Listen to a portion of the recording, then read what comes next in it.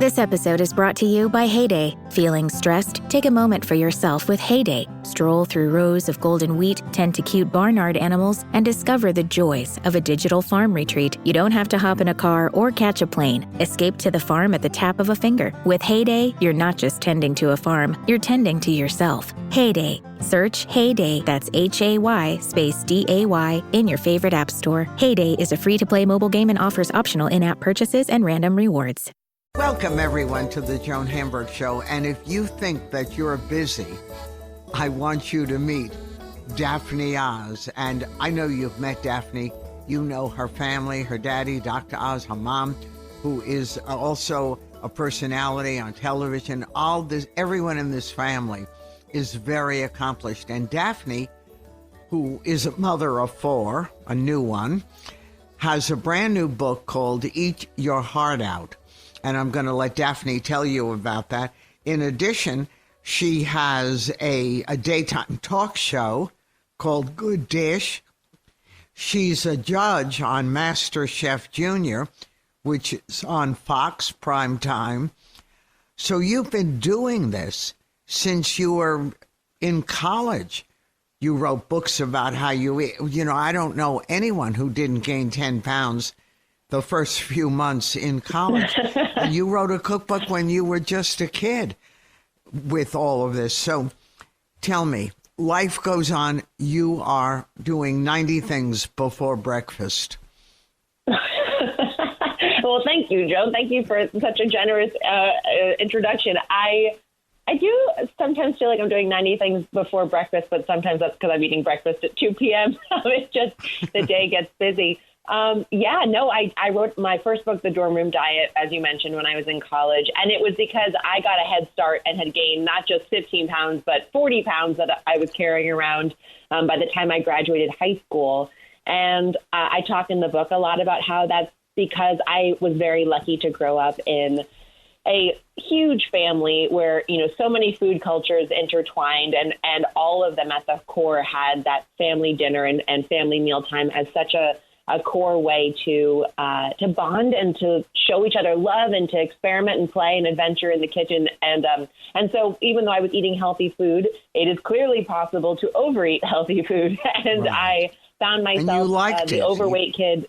Yeah, well, I loved it. I mean, I'm the oldest child in my family and sort of always considered myself the seventh child of my mom's siblings because she had me quite young. And I was lucky to get to grow up at my grandparents' farm so much of the time while my dad was in early medicine and first in residency and so on. But I grew up at their elbows at the kitchen counter trying to figure out and learn what they were doing and hear the gossip of the day and the whole thing. But that love of food was so critical to me. And I found myself the overweight kid in a family full of health nuts. And so when I got to college, it was the first time that I felt that great freedom to establish a healthy lifestyle program that would really work for me at that stage of my life, which is, as you mentioned, a time when a lot of people go off the rails because it's their first time experiencing that freedom. And it's so easy to fall into what I started calling the danger zones of college, you know, the late night studying and the parties and the so on. And I wanted to have all those rich experiences, but I wanted to do it in a way that would also fuel me to get healthy, lose the extra weight I was carrying around, and do it in a way that was actually practical for an 18-year-old to try to do. So it was exciting. I'll tell you, it was really exciting. I had to conquer and tackle a lot of fears. I was definitely a shy kid who was much more comfortable with adults than I was with peers. And imagine my my discomfort with having to talk about weight loss and the deep vulnerability of feeling just like I had to get healthy in front of, you know, entire classrooms, entire Pan-Hellenic societies. I mean, just groups of people in my immediate peers. But what I found through that experience was, even though the first couple of times it was nerve-wracking and terrifying to be that vulnerable and be that open about something I'd struggled with, what I would look out in the audience and see were these light bulbs flashing off in people's brains of just like, oh, wow, that's actually really useful for me. I can do what she did. I can try this in my life. And sort of, you could see that positive change happening. And that really fueled me to something that now is commonplace. But I think back then when I wrote the book in 2004, I think it was maybe like 2005, that like being vulnerable and open with a group of people that you don't know creates connection. It creates positive change in such a powerful way and in such a sticky way that also really helps me create the lens and the platform through which I've continued to be on television and write books and do the things that I love to do. Well, it's interesting. You had and have a very strong support system. You had a mother and a grandmother who thought, this child is the gift, as all their children were. But when you get that, even when there are little blips along the way, you can come through it on the other side. It's a kind of confidence. So you were eating not just to drown, sorrows or things which kids do. You were eating because it was good and you liked it. Yes, that's true. I understand. I grew up many, many years before you in that kind of family. Food, the table was where everyone gathered to deal with life, with the days, and we ate constantly wonderful food. So you inherited that gift. Did you feel, Daphne, I'm talking to Daphne Oz, who's got a brand new book out called Eat Your Heart Out, and beautifully illustrated and terrific recipes. I'll let you know the secrets of that book in a minute. But did you feel pressured by all the accomplishments of your family? You were the first child. Do you feel that you had to really go and do and be? I think something I think about a lot as a mother now is kids really internalize what they're told they have potential to be. And so I never felt like I was being pressured to succeed. I always felt like I was being pressured to try. I was being pressured to work. I was being pressured to live up to and take advantage of the immense opportunity and just, a support system, as you mentioned, of having a family who really believed in my potential. And I think that, and I also was very inspired by how, what I saw the members of my family going after in their lives. And something I remember, early on was being told that being the most talented or the most naturally gifted at something is never going to beat being the person who works the hardest.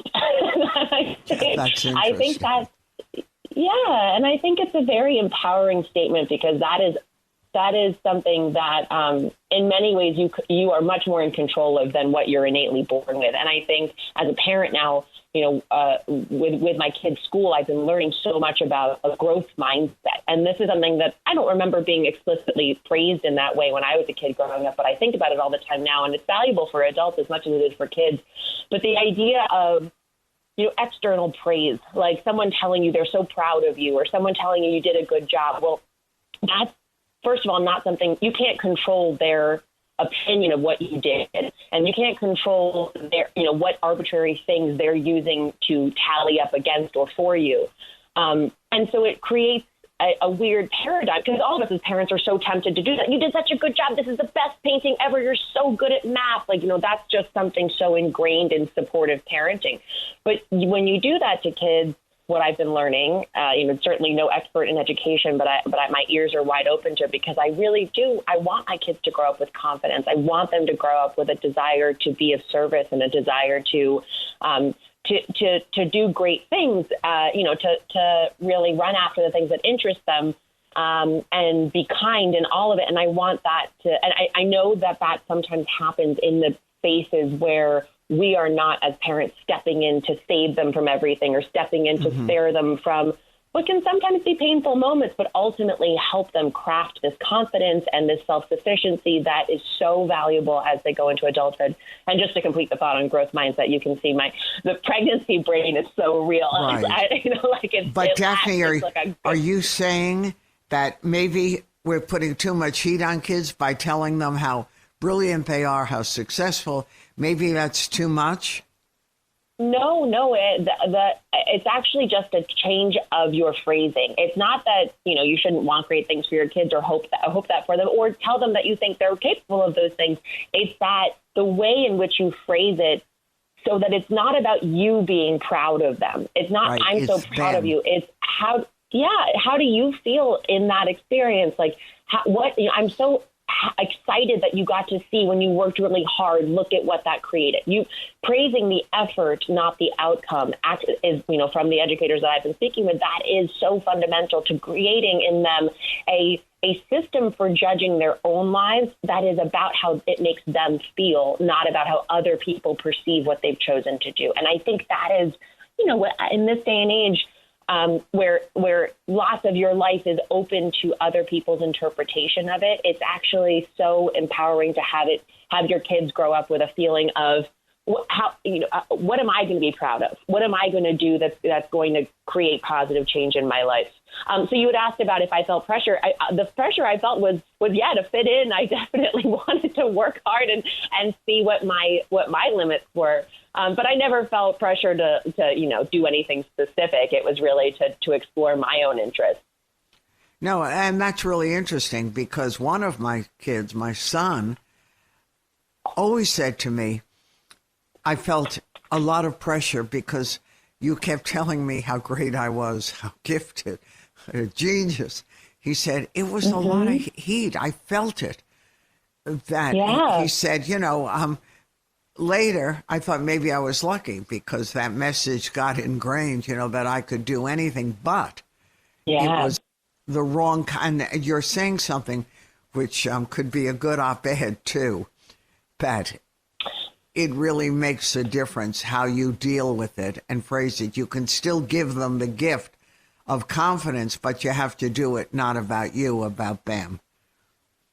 Yeah, which is hard to do because it's easy to see our kids as extensions of us, and we want good things for them. So and it's funny how the logic and the wisdom evolves, because I think there was a time where being a super rallying parent was what not just what was expected, what was hoped for.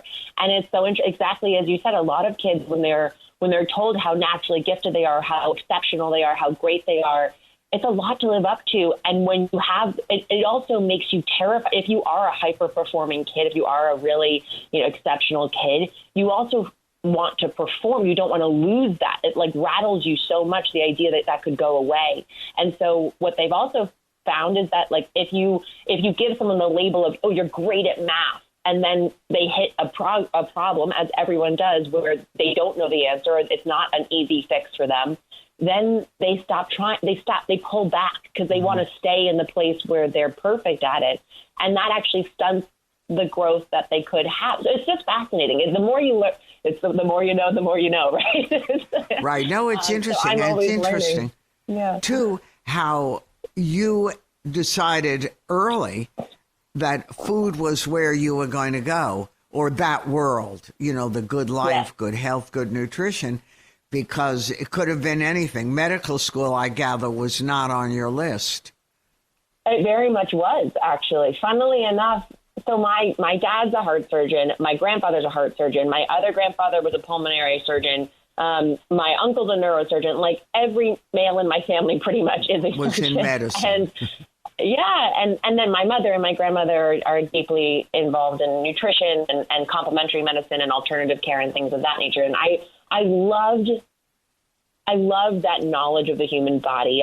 I definitely thought I was heading into medicine, so much so that I actually went to pre-medical post-bac after I graduated college, but for a period of time. But I don't think, I knew at some point pretty early on that I didn't think the place I could be of most service, or the place that I could reach the biggest number of people with the most useful information that could maybe prevent them ever having to get on the operating table, was going to be through medicine. I had this deep love of food always in my life. And I'd seen the positive change I'd been able to create in my life. This ending of that dorm room diet story is that I created this healthy lifestyle program that really worked. I lost 40 pounds in the first 2 years of my college experience. And that was really the whole business. Was I had seen what eating good things for my body could do for my health overall. And so that was When I ultimately got the job at the Chew and went back to culinary school and I'd been studying nutrition at the Institute for Integrative Nutrition as well. It just felt like this really wonderful way to make health delicious and accessible and empower people with great recipes. I'm talking to Daphne Oz. And Daphne is a television host, a best-selling author, and entrepreneur. She's got a brand new book out called Eat Your Heart Out. And the book has some very simple rules. And I'm going to let you, Daphne, explain. You talk about sugar, a couple of things that are eliminated for 5 days a week. Yes.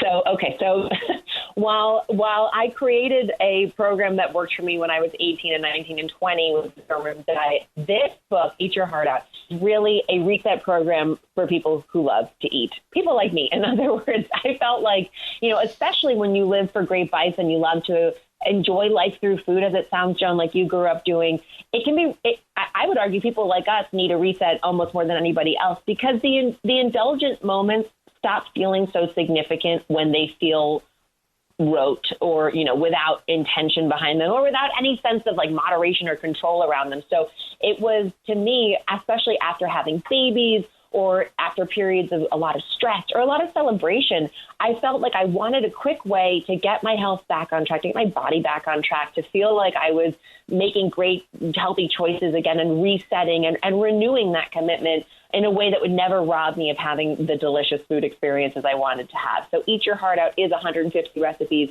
free from gluten and free from refined sugar, but full on flavor. People who know me from TV or from social media know that I do not do food that isn't delicious. I really need it to make an impact and be memorable.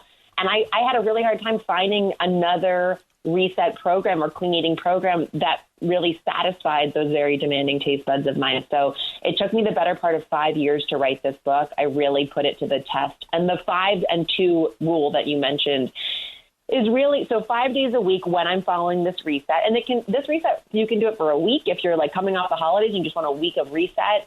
If you feel like you've grown dependencies on sugar, on things, on carbs, et cetera, then you just want simple carbs. I mean, things loaded with sugar, et cetera.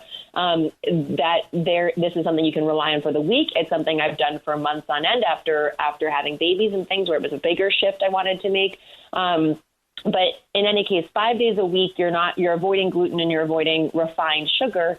And that's, leaving you a tremendous abundance of foods to play with. And you'll see in the recipes here, I cover all elements of the day, breakfast, lunch, and dinner, of course, but also brunches and snacks and even desserts. I really want to Eat Your Heart Out to treat the whole human and to give you assets to use throughout your day.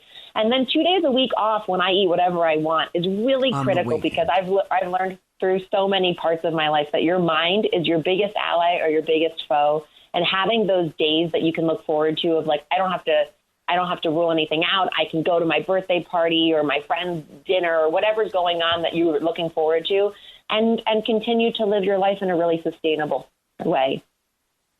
Well, it sounds good. There are a lot of wonderful recipes, and it's very easy plan to follow.